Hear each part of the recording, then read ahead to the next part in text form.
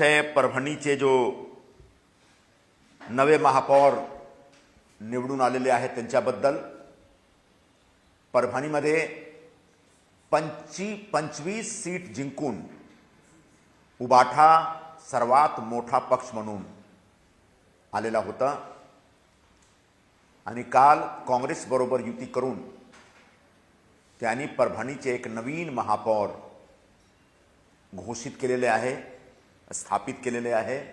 ते म्हणजे सय्यद इक्बाल. या देशात हिंदू किंवा मुस्लिम सगळ्यांना अधिकार आहे राज्यघटनाच्या अनुसार निवडणुकीमध्ये उभे राहायचा आणि निवडणुकीत जिंकल्यानंतर जे काही कायद्याप्रमाणे त्यांना भेटू शकतो ते घेऊ शकतात. कोणीही महापौर होऊ शकतो, याच्यावर आम्हाला काही आक्षेप नाही. हिंदू हृदय सम्राट शिवसेना प्रमुख बाळासाहेब ठाकरे पण मुस्लिम विरोधी होते असं कधी नाही. ते फक्त एवढंच सांगत होते, जे मुस्लिम या देशावर प्रेम करतात ते आमचे आहेत, जे देशावर प्रेम करत नाही ते आमचे नाही. परभणीचे जो नवीन महापौर आहेत त्यांचा बॅकग्राऊंड काय आहे, त्यांच्या देशावर केवढा प्रेम आहे तो पुढे आम्ही बघू. आणि या देशात महाराष्ट्रामध्ये पण याच्यावर काहीतरी एक लोकांना दिसेल त्या महापौराबद्दल. पण आमचा जो प्रश्न आहे, जेव्हा मुंबई महानगरपालिकाच्या निवडणुकी होत होता तेव्हा दोघे ठाकरे बंधू बरोबर येऊन मीडिया समोर येऊन त्यांनी संकल्प व्यक्त केला होता की मुंबईचा महापौर म्हणजे फक्त मराठी झाला पाहिजे. आम्हाला असं भीती वाटत होतं की जेव्हा उबाठाचे लोक निवडून येणार, समजा उबाठाला बहुमत भेटणार, तेव्हा ते नक्की कोणी खान किंवा पठाण मुंबईचा महापौर बनवणार. पण ठाकरे बंधूंनी सांगितलं की आम्ही मुंबईमध्ये महापौर फक्त मराठी माणूस झाला पाहिजे, असं त्यांची भूमिका होती. पण परभणीमध्ये एकदम वेगळा चित्र दिसतो का? आमचा प्रश्न असा आहे, तो मुद्दा जो मराठी महापौरचा जो मुद्दा होता निवडणुकीच्या दरम्यान, तो काय फक्त मराठी लोकांच्या मतासाठी होता का? याच्यावर उबाठातर्फे जवाब पाहिजे. आम्हाला ठाऊक होता की उबाठाला समजा बहुमत भेटेल ते काहीतरी असाच परभणीसारखे करणार आणि याच भीतीमुळे मुंबईकरांनी महायुतीला यश दिला आणि उबाठाला पराजित केला. उबाठाचा जो अँटी हिंदू स्टँड आहे, त्यांची जो भूमिका आहे, त्या भूमिकाला मुंबईकरांनी समजली आणि उबाठाला पराभूत केला. त्यांना सत्तेत येऊ दिलं नाही.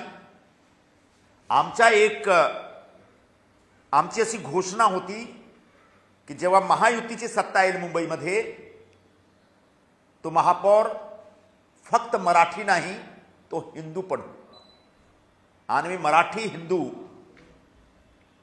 असा एक महापौर आणि उपमहापौर मुंबईला आम्ही दिलेला आहे. पण उद्धव ठाकरेंनी आवर्जून जेव्हा ते मराठी महापौरचा आग्रह धरत होते तेव्हा ते हिंदू शब्द कधीही वापरले नाही. म्हणजे त्यांच्या मनात होता की आम्ही मराठी किंवा मुस्लिम असा व्यक्तीला मुंबईमध्ये महापौर बनवू शकतो या बनवायला पाहिजे असा त्यांच्या मनात होता, ज्या मुंबईकरांनी ओळखला आणि एक मॅन्डेट दिला आम्हाला आणि त्यांच्या विरोधात. आणि जे काही मुंबईत ते करू शकले नाही ते फायनली परभणीमध्ये करून दाखवलेले आहेत. शिवसेना प्रमुख बाळासाहेब ठाकरे संपूर्ण आयुष्यात त्यांनी हिंदुत्वाचा पुरस्कार केला. हिंदुत्वावर आधारित विचार पुढे आणला, पण आता त्यांचे जो सुपुत्र आहेत त्याने जाणून बुझून फक्त मुस्लिम मतासाठी हिंदुत्वाच्या विचाराची तिलांजली दिलेली आहे. परभणीची घटना, उबाठाची जो भावी भूमिका आहे, त्यांचे जो भावी वाटचाल आहे, त्याच्यावर एक जबरदस्त कमेंट आहे, टिप्पणी आहे. उबाठाच्या पुढे जे काही भूमिका होईल त्या भूमिकामध्ये त्यांचे मेन स्पर्धी आता MIM वाले होणार, काँग्रेसवाले होणार. ज्याप्रमाणे MIM वाले मुस्लिम लोकांची भावना भडकविण्यासाठी, मुस्लिम लोकांचं मत घेण्यासाठी ते वेगवेगळा उपक्रम राबवतात, त्याचप्रमाणे उबाठा पण मुस्लिम लोकांच्या मत घेण्यासाठी MIM बरोबर स्पर्धा करेल. काँग्रेसचा जो मुस्लिम वोट बँक होता त्याच्यावर यांचा डोळा होता. 2019 पासून हळूहळू काँग्रेसचा वोट बँक यांच्याकडे आता शिफ्ट होत आहे. मुंबईमध्ये पण महानगरपालिका निवडणुकीमध्ये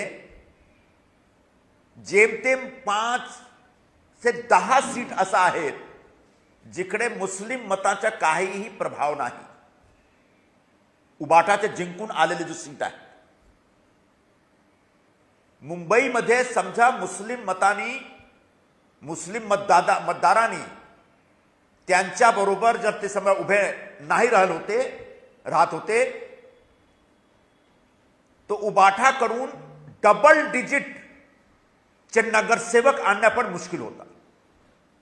म्हणजे त्यांनी त्यांचा जो मुस्लिम वोट बँक आहे त्याचा कर्ज फेडण्यासाठी परभणीमध्ये एक मुस्लिम महापौर स्थापित केलेला आहे.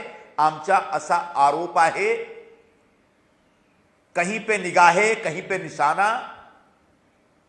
निगाह मुंबईवर आहे, निशाना मुंबईवर आहे आणि निगाह परभणीवर आहे.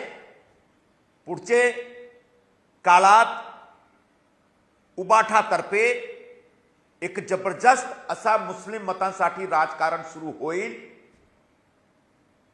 आम्हाला काही प्रॉब्लेम नाही, पण आता वेळ आलेली आहे परभणीची घटनानंतर की उबाठातर्फे एक अशी घोषणा अधिकृतपणे झाली पाहिजे की त्यांनी सेक्युलरिझम, सो कॉल्ड सेक्युलरिझमची विचारधारा स्वीकार केलेली आहे. शिवसेना प्रमुखांची जो हिंदुत्वाची विचारधारा आहे तो विचारधारा त्यांनी सदा सर्वदासाठी तिलांजली दिलेली आहे. आता त्यांच्याकडून अशी एक घोषणा झाली पाहिजे. पण मी त्यांना सांगू इच्छितो की बाळासाहेबांचा जो हिंदुत्वाचा विचार आहे तो विचार मुंबईमध्ये, महाराष्ट्रामध्ये ठामपणे राहील आणि त्या विचाराचे खरे वारिस जो आहेत आमचे मुख्य नेते और महाराष्ट्राचे उपमुख्यमंत्री श्री एकनाथ शिंदेजी आहेत. श्री एकनाथ शिंदेजी यांच्या नेतृत्वात आम्ही शिवसेना प्रमुखांचा जो हिंदुत्वाचा विचार आहे तो संपूर्ण महाराष्ट्रात पुढे घेऊन जाणार आणि उद्धव ठाकरेला आणि उबाठाला जे काही मुस्लिम मतांसाठी करायचे आहे ते करा, पण हिंदुत्वाचे रक्षणासाठी, हिंदू लोकांचे हितासाठी शिवसेना प्रमुखांनी जो एक विचार दिला तो विचार आम्ही पुढे घेऊन जाणार, अशी आमची आज घोषणा आहे. आजचा दुसरा विषय नाशिकची घटना आहे. नाशिकमध्ये फिजिक्सवाला म्हणून एक मोठी कोचिंग इन्स्टिट्यूट आहे, कोचिंग संस्था आहे. ही संस्थातर्फे वेगवेगळे जो कॉम्पिटिटिव्ह एक्झाम्स होते असतात त्या एक्झामची तयारी करण्यासाठी ते कोचिंग देतात विद्यार्थ्यांना. असं फिजिक्सवालाचा एक सेंटर नाशिकमध्ये आहे. त्या सेंटरवर जे काही स्टुडंट्स आहेत से मोस्टली मराठी भाषिक आहेत. फिजिक्सवाला तर्फे नाशिकचे मराठी तरुणांना कोचिंग देण्यासाठी आणि कॉम्पिटिटिव्ह एक्झाममध्ये ते पास होऊ शकणार अशी एक ट्रेनिंग प्रशिक्षण देण्यासाठी तो नाशिकमध्ये सेंटर काम करत आहे. त्या सेंटरमध्ये काल परवा मनसेचे काही कार्यकर्ता गेलेत आणि एक सेंटरवर हल्ला केला आणि ते जो सेंटरचे जो शिक्षक होते त्यांच्याबरोबर हिंसक कारवाई केली. मी मनसेवाल्यांना सांगू इच्छितो, मराठी भाषाचा सन्मान महाराष्ट्रात झालाच पाहिजे. मराठी आमची मायबोली आहे. सर्वांनी मराठी भाषामध्ये बोलला पाहिजे. याच्यावर काहीही मतभेद नाही.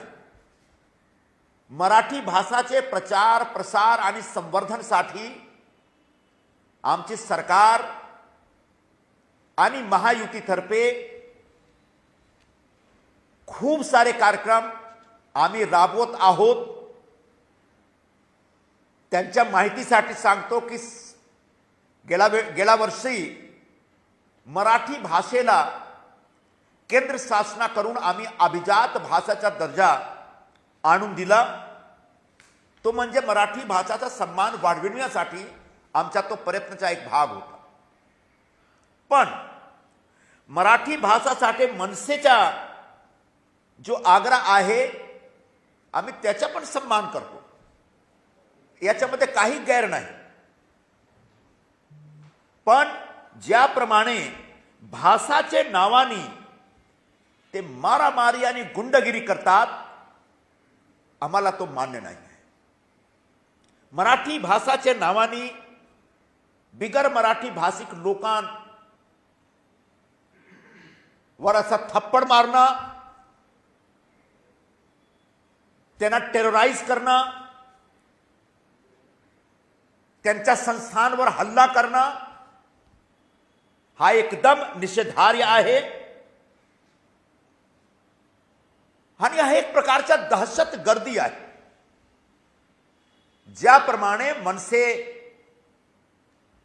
गुंड बिगर मराठी भाषिक लोकांच्या संस्थावर, त्यांच्या दुकानावर, ते काम धंद्याचा जो त्यांचा सेंटर आहे त्याच्यावर ते हल्ले करतात आणि त्यांच्या मनात एक भीती निर्माण करतात, हिंसक कारवाई करतात. तो एक प्रकारचा दहशतवाद आहे. असे दहशतवादी प्रवृत्ती वाले जो मनसेचे जो कार्यकर्ता आहेत त्यांच्या विरोधात सख्त कारवाई, मोठी कारवाई झाली पाहिजे अशी आमची मागणी आहे. जो फिजिक्सवाला सारखे जो कोचिंग सेंटर चालवणारे लोक आहेत त्यांच्याकडे जाऊन मराठी भाषेचे नावाने त्यांच्यामध्ये एक भीती निर्माण करून हप्ता वसुलीचा काही प्रकार आहे का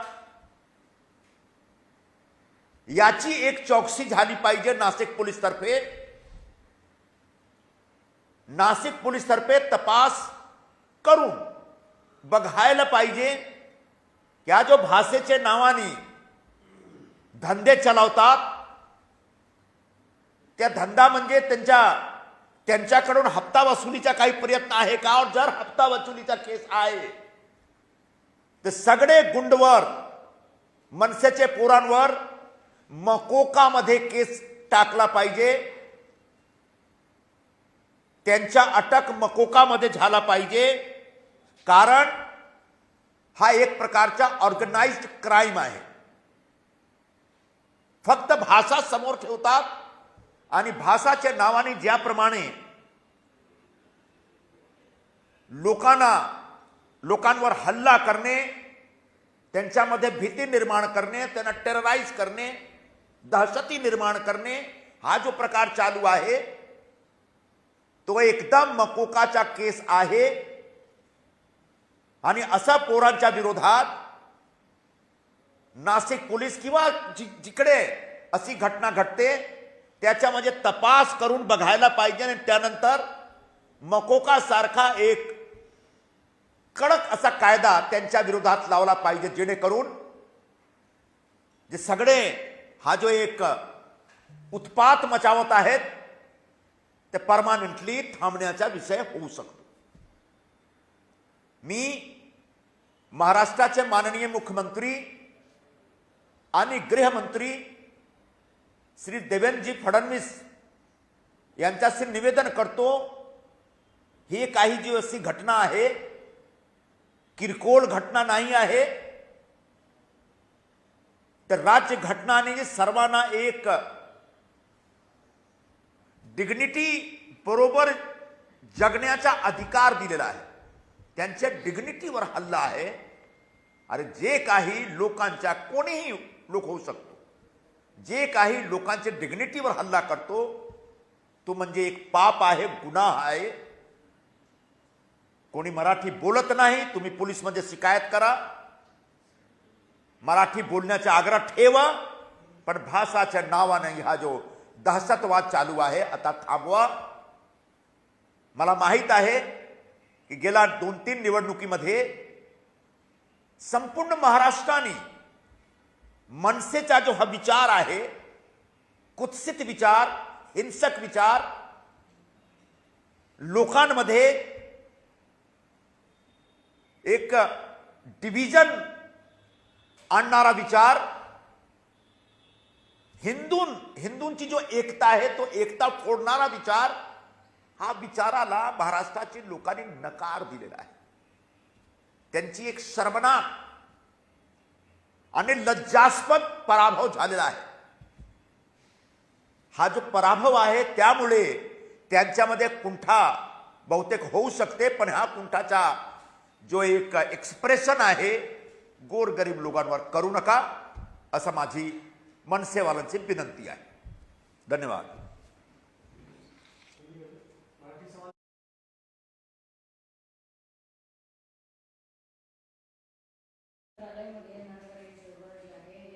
डिपार्टमेंटमध्ये एक अधिकारी आहे, त्यांना त्यांनी लाच घेतलं होतं. पण याच्यावर आता काँग्रेसचे नेते हर्षवर्धन सरकार जे आहे ते असं त्यांनी एक्सपोज टाकलं आणि असं म्हणाले की महाराष्ट्र महायुती सरकारच्या कार्यातील मंत्रालय खुलेआम लाचखोरी आणि कमिशनखोरी जे आहे ते सुरू असल्याच्या पुन्हा एकदा सुरू झालेलं आहे. तर त्याच्यावर आमची सरकार करप्शनवर झिरो टॉलरन्सचा धोरण घेऊन काम करत आहे. समजा कोणी अधिकारी किंवा कर्मचारींनी लाच घेतला म्हणजे त्यांच्या अखेरचा दिवस आलेला आहे. त्यांच्या विरोधात कडक कारवाई होईल, त्यांची नोकरी पण जाईल.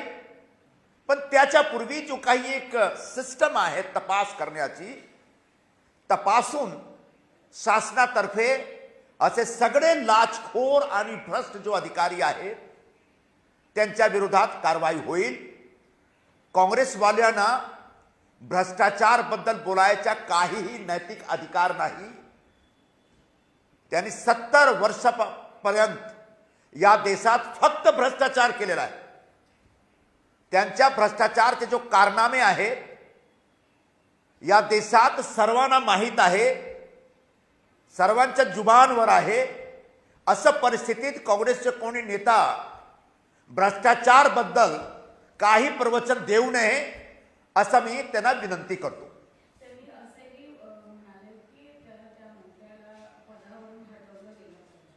कोणाला? अब त्या ज्या अधिकारीने लाच घेतलेला आहे त्या अधिकारीने लाच का घेतला, लाच घेतला का, लाच देणारा माणूस कोण होता, त्याचा हेतू काय होता, या सर्व प्रकारचे प्रश्नावर एक तपास झाली पाहिजे. तपास झाल्यानंतर जर समजा कोणाचं नाव येत आहे तो याच्यावर बिलकुल ऍक्शन झाला पाहिजे. पण विदाउट इन्व्हेस्टिगेटिंग कोणी मंत्रीच्या विरोधात कोणी मंत्रीवर ठपका ठेवणं हा चुकीचा आहे.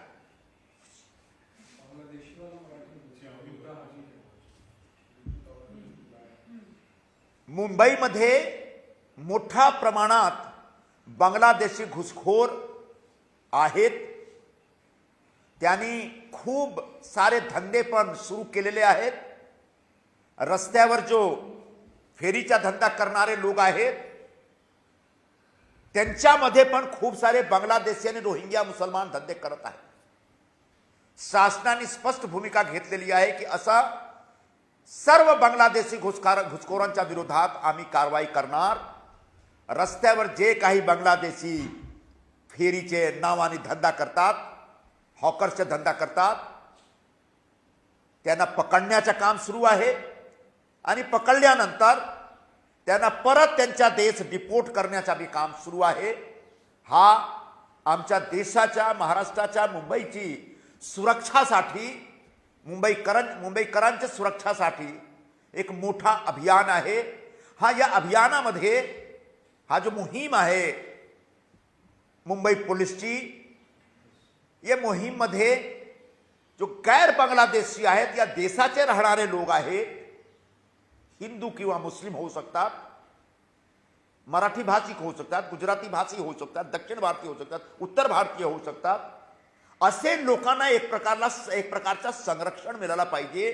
बांगलादेशी बरोबर आमचे लोक आहेत त्यांच्या विरोधात कसलीही कारवाई नाही झाली पाहिजे अशी आमची भूमिका आहे. पण बांगलादेशी घुसखोरांच्या विरोधात एक जोरदार कारवाई झाली पाहिजे आणि शिवसेना पूर्णपणे अशा प्रकारची कारवाईचं समर्थन करतो.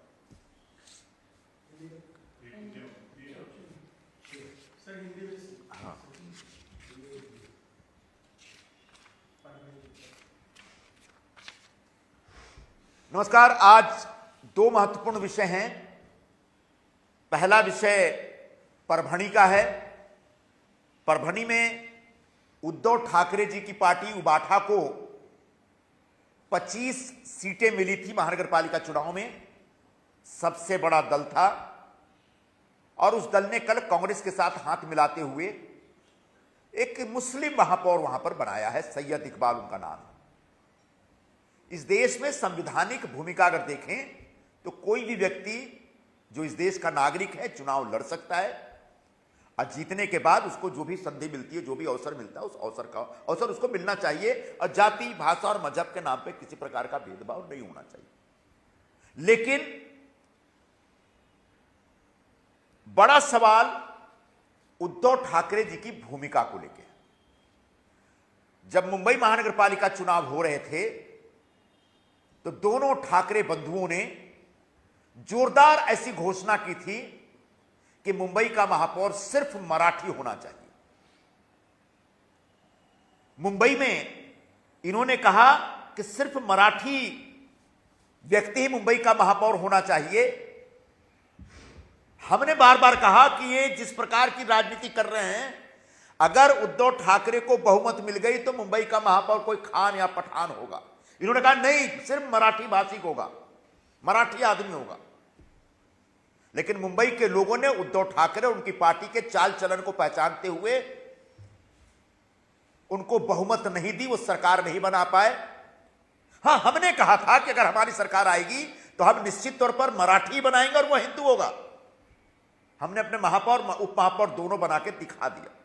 लेकिन उद्धव ठाकरे के मन में मुंबई महानगर पालिका चुनाव में जो उनका मंसूबा था, वो मंसूबा पूरा नहीं होने का गम था, दर्द था. और उस दर्द को बचाने के लिए उन्होंने भिवंडी में एक मुस्लिम महापौर बनाया है. यह सब मुस्लिम वोटों को खुश रखने के लिए हो रहा है. जब आप मराठी महापौर होगा ऐसा आग्रह करते हैं मुंबई में, तो क्या परभणी में मराठी महापौर आप नहीं बना सकते थे? मुंबई महानगर पालिका चुनाव के दरमियान जो मराठी महापौर का आग्रह था, क्या सिर्फ मराठी वोटों के लिए था? मैं सबको याद दिलाना चाहता हूं कि मुंबई में जो भी उद्धव ठाकरे की पार्टी को नगर सेवक की सीटें मिली हैं, उनमें से 5 से 7 8 सीटें छोड़ दें तो बाकी तमाम सीटें मुस्लिम वोटों की वजह से जीते हैं वो। मतलब स्पष्ट है कि उद्धव ठाकरे के मन में मुस्लिम मतों के प्रति एक जबरदस्त सम्मान बढ़ा है और मुस्लिम मतदाताओं के कर्ज को उतारने के लिए उन्होंने परभणी में मुस्लिम महापौर बनाया है। वो बना सकते हैं, मुस्लिम वोटों के लिए इस प्रकार की एक पोलराइज्ड भूमिका ले सकते हैं। लेकिन याद रखिएगा, शिवसेना प्रमुख बाला साहब ठाकरे जो स्वयं कभी मुस्लिम विरोधी नहीं थे, लेकिन वो हमेशा कट्टर हिंदुत्व के विचारधारा के साथ खड़े रहते थे। वो एक ज्वलंत हिंदुत्व के विचारों के प्रचारक थे। आज उनके पुत्र ने मुंबई में जो हार थी उसकी कुंठा निकालते हुए परभणी में जिस प्रकार से महापौर बनाया है, वो ये संदेश देना चाह रहे हैं कि शिवसेना प्रमुख के हिंदुत्व के विचारों से उनका कोई लेना देना नहीं। हम यही पूछना चाहते हैं कि क्या उद्धव ठाकरे जी अब अधिकृत तौर पर यह घोषणा करना चाहेंगे कि उन्होंने शिवसेना प्रमुख के हिंदुत्व के विचारों को तिलांजलि दे दी है? वो बेशक तिलांजलि दे दें, लेकिन उनको यह कहना चाहूंगा कि शिवसेना प्रमुख का जो हिंदुत्व का विचार है वो था महाराष्ट्र में, उसकी जड़ें थी महाराष्ट्र में, आगे भी उसकी जड़ें रहेगी। और वो जब तक महाराष्ट्र है, जब तक देश है, शिवसेना प्रमुख के हिंदुत्व के विचार को भले उद्धव ठाकरे छोड़ते, उनकी पार्टी छोड़ते, हम उसे नष्ट नहीं होने देंगे। हमारे पार्टी के मुख्य नेता और महाराष्ट्र के उप मुख्यमंत्री श्री एकनाथ शिंदे जी शिवसेना प्रमुख के हिंदुत्व के विचारों के सही वारिस है और उनके नेतृत्व में हमारी पार्टी हिंदुत्व के विचारों के प्रचार प्रसार के लिए पूरे महाराष्ट्र में अनवरत काम करेगी। उद्धव ठाकरे जी और उनकी पार्टी मुस्लिम वोटों के लिए अगर एमआईएम और कांग्रेस के साथ स्पर्धा करना चाहती है, बेशक करे, लेकिन एमआईएम जिस तरह से मुस्लिम लोगों की भावनाओं को भड़काने की राजनीति करती है, अगर ऐसी राजनीति उद्धव ठाकरे उनकी पार्टी के लोग अगर वो करते पाए गए तो शिवसेना उनको नहीं छोड़ेगी। हम शिवसेना प्रमुख के कट्टर हिंदुत्व के विचारों के आधार पर आगे की लड़ाई, आगे का जो राजनीतिक विमर्श है महाराष्ट्र में, उसको जारी रखेंगे और इसका नेतृत्व श्री एकनाथ शिंदे जी महाराष्ट्र में कर रहे हैं। दूसरा विषय नासिक का विषय है। नासिक में फिजिक्स वाला नाम का एक कोचिंग संस्थान है, उसका एक सेंटर है। फिजिक्स वाला उत्तर भारत से आने वाला संस्थान है और एक बहुत बड़ा, बहुत प्रतिष्ठित संस्थान है। कल परसों उस संस्थान के अंदर घुसकर मनसे के कुछ गुंडों ने उस संस्थान के शिक्षकों पर हमला किया, उनको थप्पड़ मारे, तमाचे मारे। आग्रह यह था कि मराठी भाषा में बात नहीं करते।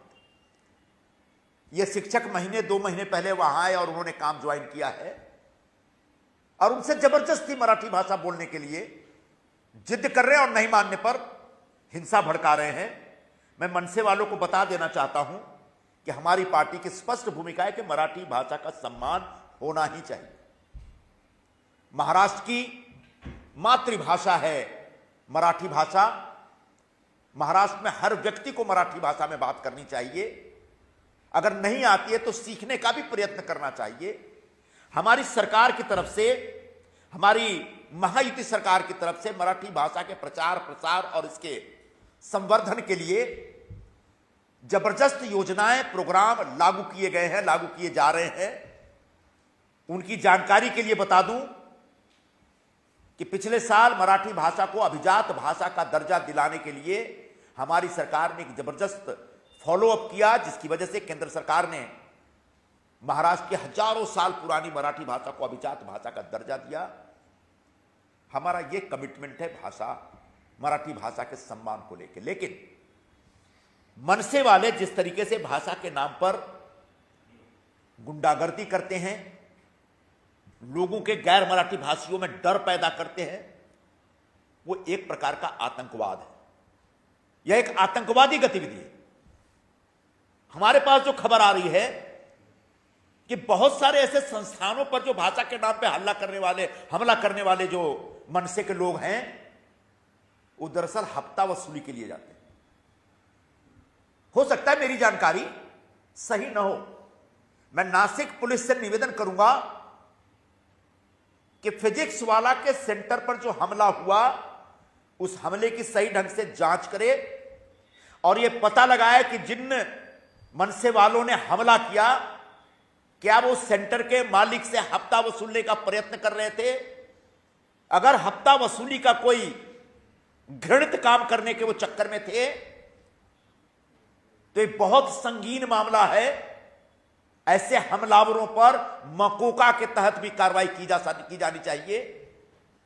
मैं माननीय मुख्यमंत्री श्री और महाराष्ट्र के गृह मंत्री श्री देवेंद्र फडणवीस जी से निवेदन करूंगा कि इन घटनाओं को छिटपुट घटना मान करके इग्नोर न करें। महाराष्ट्र में बड़े पैमाने पर जो गैर मराठी भाषिक लोग हैं, उनको डराने धमकाने का काम जो मनसे की तरफ से हो रहा है, उससे लोगों में भय है और हमेशा के लिए यह भय खत्म करना, दूर करना सरकार की जिम्मेदारी बनती है। और इस भय को दूर करने के लिए ऐसी गुंडागर्दी करने वाले लोगों के खिलाफ सख्त कार्रवाई की जानी चाहिए। तब जाके आम जन में एक सुरक्षा का भाव पैदा होगा। मुझे पता है मनसे वाले पिछले कुछ चुनाव में बहुत बुरी तरह हारे हैं, शर्मनाक ढंग से हारे हैं। अपनी हार की कुंठा निकालने के लिए रास्ते पे जो बेगुनाह कमजोर लोग हैं, निर्दोष लोग हैं, उनके ऊपर वो हमला कर रहे हैं। मैं मनसे प्रमुख से निवेदन करूंगा कि आप जो भाषा के नाम पे आतंकवाद फैलाने का जो राजकारण कर रहे हैं, जो राजनीति कर रहे हैं, जो आपने एक घोषित नीति बना रखी है, उसको पूरे महाराष्ट्र ने नकार दिया है।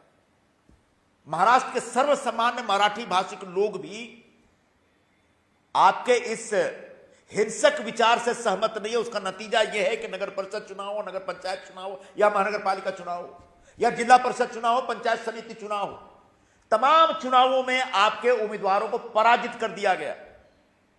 कहीं मैक्सिमम जगहों पे तो 0 सीटें हैं, कहीं 1 सीट, कहीं 2 सीट, कहीं 5 सीट, कहीं 6 सीट। मतलब आपके विचारों में दोष है। इस दोष को दूर करिए। अगर राजनीति करनी है तो नए विचार और नए ढंग से नई नीति के साथ करिए। जहां तक भाषा के सम्मान की बात है, उस पर हम सब सहमत हैं, लेकिन भाषा के सम्मान के लिए हिंसक रास्ता अख्तियार करना सर्वथा गलत है। अवैध बांग्लादेशियों को निकालने के लिए, हॉकर्स को निकालने के लिए आज मेयर ने मीटिंग बुलाई है और कल आपकी पार्टी के नेता ने भी कहा कि उन सबको यहाँ से हम लोग बाहर बनाएंगे। जो विपक्षी नेता है, खास करके मुस्लिम नेता, वो कह रहे हैं कि इसके नाम पर जो दूसरे प्रदेशों से आए मुसलमान हैं उनको परेशान करने की साजिश है। मुंबई में या हिंदुस्तान में जितने भी बांग्लादेशी हैं, वो सभी के सभी अवैध नागरिक हैं और अवैध तरीके से रहते हैं और घुसपैठिए के रूप में रहते हैं। ऐसे घुसपैठियों को हिंदुस्तान से बाहर भगाने का, वापस उनके देश में भेजने का एक स्थापित कार्यक्रम है और यह एक घोषित नीति है। यह केंद्र सरकार की घोषित नीति है और तमाम राज्य सरकारें इसको फॉलो करती हैं।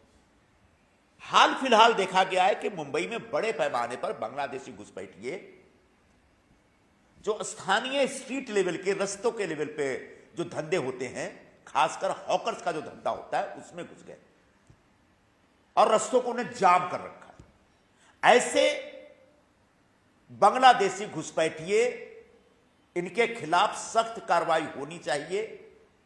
तमाम रस्तों पे जो ये धंधे कर रहे हैं तरह तरह के, इनके धंधे बंद कराने चाहिए और इनको पकड़ करके इनको अपने देश वापस डिपोर्ट करना चाहिए, क्योंकि यह मुंबई, महाराष्ट्र और देश की सुरक्षा से जुड़ा प्रश्न है। लेकिन निश्चित तौर पर जब हम इस कार्रवाई का पूरी तरह से समर्थन करते हैं और हम चाहते हैं कि मुंबई को बांग्लादेशी घुसपैठियों से मुक्त किया जाए, तब निश्चित तौर पर हम सबकी ऐसी अपेक्षा होगी कि इस पूरे अभियान के दरमियान जो बेगुनाह लोग हैं, जो देश के वैध नागरिक हैं, जो मराठी भाषिक हैं, हिंदी भाषिक हैं, दक्षिण भारत के गुजराती लोग हैं, झारखंड के लोग हैं, उड़ीसा के लोग हैं, या बंगाल के लोग हों, पश्चिम बंगाल के लोग हों, जो इस देश के वैध नागरिक हैं, और अगर वो कहीं फेरी का धंधा करते हैं या किसी भी प्रकार का भी धंधा करते हैं, उनके खिलाफ कोई कार्रवाई नहीं होनी चाहिए, उनको संरक्षण मिलना चाहिए। यह हम पुलिस से अपेक्षा करेंगे, और पुलिस इस कार्रवाई के समय बेहतर ढंग से बांग्लादेशी घुसपैठियों की शिनाख्त करे, उनको पकड़े, अरेस्ट करे, उनको उनके देश में भेजने का इंतजाम करे, और जो गैर बांग्लादेशी जो हिंदुस्तान के नागरिक हैं उनको पूरी तरह संरक्षण प्रदान करे, ऐसी हमारी अपेक्षा है। संजय जी, ये भी जानना चाहेंगे, कल भी देखा कि रामनाथ अठावले भी क्या? रामनाथ अठावले भी मिलने गए थे शरद पवार से, और कई मुलाकातें हो रही है, विलय की बातें हो रही है कि महायुति में सरकार के एनसीपी को भी लेने की बातें चल रही है, तो कोशिशें चल रही है क्या आयोजन की तरफ से ऐसे? भैया हमारा विषय ही नहीं है, ये विषय दो एनसीपी पार्टियों का है। अब अजीत दादा की पार्टी में शरद पवार जी की पार्टी का विलय होना चाहिए, ये पूरा नैरेटिव, ये पूरी जो कथानक है वो शरद पवार जी के लोगों की तरफ से बुना जा रहा है। अजीत पवार जी की पार्टी की तरफ से एक भी नेता ने अभी तक नहीं कहा कि विलय का कोई प्रस्ताव था, या उन्होंने यह भी नहीं कहा कि विलय होना चाहिए। फिर पवार साहब जो इतने विराट नेता हैं, बहुत बड़े कद के नेता हैं, आखिर वो इतने मजबूर और लाचार क्यों दिख रहे हैं कि अजीत पवार की पार्टी में विलय करने से ही सब कुछ ठीक होगा? ये सब हमारे मन में सवाल उठ रहे हैं। फिर भी ये महज हमारे सवाल हैं, हमारी तरफ से कोई सजेशन नहीं है, हमारी अपनी कोई राय नहीं है, क्योंकि उन दोनों की अपनी पार्टी है। सुनेत्रा पवार मैडम महाराष्ट्र की उप मुख्यमंत्री बन गई हैं, प्रफुल्ल पटेल साहब, सुनील तटकरे जी, छगन भुजबल जी, अजीत दादा के सुपुत्र पार्थ पवार जो संभवतः पार्टी का नेतृत्व करने जा रहे हैं। अब उन लोगों को मिलकर तय करना है कि दूसरे एनसीपी का विलय उनको अपनी पार्टी में करना है कि नहीं करना, करना है तो कौन सी शर्तों पे करना, और आगे इनकी क्या भूमिका होगी, यह इनको तय करना है। मोटा मोटी तौर पर बाहर से हमको जो दिख रहा है कि विलय को लेकर के कोई एकमत दोनों पार्टियों के नेताओं में नहीं है, फैसला उनका है, हमें इस बारे में कुछ नहीं कहना। धन्यवाद। गृह विभाग ने वंदे मातरम को लेकर कंपल्सन किया कि जनगण से पहले वंदे मातरम का गायन होगा, लेकिन तमाम मुस्लिम नेता पूरे देश भर के कह रहे हैं कि ये कंपल्सन नहीं होना चाहिए और थोपा नहीं जाना चाहिए, और हमारे इस्लाम में वंदे मातरम को गाना उचित नहीं है, इस प्रकार की बात कही जाए। वंदे मातरम जो हमारा राष्ट्रगान है उसको 150 साल हो गए, 150वीं जयंती हम सेलिब्रेट कर रहे हैं इस वर्ष। महान लेखक, महान कवि बंकिम चंद्र चट्टोपाध्याय द्वारा लिखित इस गीत का, यह गीत, यह जयघोष जो है आजादी की लड़ाई के समय बहुत लोकप्रिय था। हजारों लाखों हमारे पूर्वज अंग्रेजों की गुलामी से हमको मुक्ति दिलाने के लिए जब लड़ाई लड़ रहे थे, अपना खून बहा रहे थे, अपना सर्वस्व न्यौछावर कर रहे थे, तो वंदे मातरम का जयघोष करते थे। मतलब हिंदुस्तान की नसों में बैठा हुआ यह जयघोष। और ऐसे में 150वीं जयंती के मौके पर जब केंद्र सरकार ने यह फैसला किया है कि राष्ट्रगीत की तरह, राष्ट्रगीत से पहले, जनगण मन से पहले वंदे मातरम का भी जयघोष होना चाहिए, वंदे मातरम का भी पाठ होना चाहिए, मुझे लगता है कि एक बहुत ही अच्छा कार्यक्रम है ये। जिनको वंदे मातरम से प्रेम नहीं है वो हिंदुस्तान से प्रेम नहीं करते, जिनको वंदे मातरम से नफरत है वो हिंदुस्तान से नफरत करते। जो वंदे मातरम के पाठ और गायन के आगे अपने मजहब को लेके आते हैं वो निश्चित तौर पर हिंदुस्तान विरोधी हैं। सभी को अपने अपने मजहब का सम्मान करना चाहिए, लेकिन मुल्क और देश से पहले कुछ भी नहीं। और देश के सम्मान से अगर जुड़ा हुआ कोई गीत है तो वह वंदे मातरम का गीत है। और वंदे मातरम के गीत के बारे में जिन लोगों को भी ऐतराज है उनके बारे में स्पष्ट चित्रण यह है कि वो भारत से प्रेम नहीं करते हैं। वो उन तमाम पूर्वजों को जिन्होंने लाखों की संख्या में हिंदुस्तान की आजादी के लिए अपना सर्वस्व न्यौछावर किया, उनका अपमान कर रहे हैं, भारत के स्वतंत्रता आंदोलन का अपमान कर रहे हैं। और ऐसे अपमान करने वाले लोगों को भारत में रहने का कोई अधिकार नहीं। सर, कांग्रेस के एमपी हैं बंकिम टैगोर, उन्होंने माणिकम टैगोर, उनका ये कहना है कि 2029 में जब राहुल गांधी प्रधानमंत्री बनेंगे तब जो सुरक्षा के नाम पर जो चीजें दबाई जाती हैं कह करके सुरक्षा का हवाला देकर इसको कानून में सरलता लाएंगे। यानी वो अभी से 2029 के लिए राहुल गांधी को एज पीएम प्रोजेक्ट कर रहे हैं। इस पर क्या करें? इसको शेख चिल्ली का सपना ही बोला जा सकता है, क्योंकि कांग्रेस का जो हाल पूरे देश में है, मुझे लगता है 2029 आते आते ये और भी बेहाल हो जाएंगे। कांग्रेस का जनाधार और सिकुड़ जाएगा। जिस तरीके से पिछले 2 हफ्ते से पार्लियामेंट में जो स्थापित नियम, कानून और परंपराएं हैं उनकी धज्जियां उड़ाई जा रही है, जिस तरीके से नेता प्रतिपक्ष राहुल गांधी जी बोलने के नाम पर भारत की सुरक्षा से जुड़े प्रश्नों का मजाक उड़ा रहे हैं। एक ऐसी किताब जो प्रकाशित ही नहीं हुई है, उस किताब का हवाला देकर के भारत के सैनिकों का जो मान सम्मान है उसको ठेस पहुंचा रहे हैं। ऐसे में भारत का सर्वसामान्य नागरिक कांग्रेस के प्रति और भी नाराजगी पैदा करेगा, कांग्रेस से उसका और भी मोहभंग होगा। कांग्रेस का जो बचा कुचा वोट है वो और भी सिकुड़ जाएगा। और 2029 आते आते शायद हिंदुस्तान के किसी राज्य में इनकी सरकार हो, इसकी भी गारंटी नहीं दी जा सकती। उत्तर प्रदेश, बिहार, पश्चिम बंगाल, तमिलनाडु, महाराष्ट्र, गुजरात, मध्य प्रदेश, राजस्थान, इन तमाम राज्यों में, आंध्र प्रदेश, तमाम राज्यों में कांग्रेस पार्टी खत्म हो चुकी है। कहीं हिमाचल, कहीं केरल, ये छोटे छोटे द्वीप है जो कांग्रेस के लिए बचे। अगली बार हिमाचल भी हाथ से निकल जाएगा, कर्नाटक भी निकल जाएगा, केरल को लेकर के उनके अंदर एक उम्मीद है, पंजाब भी हाथ से चला जाएगा अगर वहां पर सही ढंग से एनडीए ने खेला तो कहने का मतलब है कि 2029 में राहुल गांधी प्रधानमंत्री बनेंगे, ये सिर्फ शेख चिल्ली के हसीन सपने हैं और कुछ भी नहीं। एक सवाल बांग्लादेशियों को लेकर ही है, फर्जी आधार कार्ड और फर्जी जन्म प्रमाण पत्र बनाने तो उसको लेकर मांग उठती रही कि जांच की जाए। ऐसे में आप क्या कहेंगे? सुरक्षा एजेंसियां हैं, पुलिस है, उसको किस तरह से कार्रवाई करेंगे? आधार कार्ड बनाने की जो प्रक्रिया हमारे देश में है उसका दुरुपयोग बड़े पैमाने पर हो रहा है। बिहार में जब एसआईआर हो रही थी तब वहां पर बड़े पैमाने पर फर्जी आधार कार्ड पाए गए।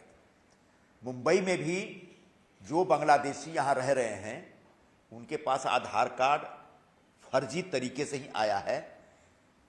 तो हमारा मानना है कि सारे के सारे बांग्लादेशी घुसपैठिए हैं। अगर वो बांग्लादेशी हैं तो उनके पास आधार कार्ड हो या वोटर आईडी कार्ड हो या किसी भी तरह का पहचान पत्र हो, उसको कभी भी कंसिडरेशन में नहीं लेना चाहिए। उसके बावजूद ऐसे बांग्लादेशी घुसपैठियों के खिलाफ कार्रवाई होनी चाहिए और यह पता लगाना चाहिए कि ऐसे घुसपैठियों को आधार कार्ड दिलाने में किस प्रकार के लोगों की भूमिका है। कहीं कोई बड़ा रैकेट तो नहीं काम कर रहा है जो बांग्लादेशियों को बसाने के लिए फर्जी तरीके से आधार कार्ड बनवा के उनको वैधता प्रमाण करने की कोशिश कर रहा है। तो मुंबई पुलिस की तरफ से इसकी एक विस्तृत जांच होनी चाहिए कार्रवाई करने के साथ साथ, ताकि भविष्य में ऐसे भारत की सुरक्षा, मुंबई की सुरक्षा के साथ खतरा पैदा करने वाले लोगों से मुंबई बचे। अब मेरे ख्याल से हो गया। धन्यवाद, थैंक यू वेरी मच।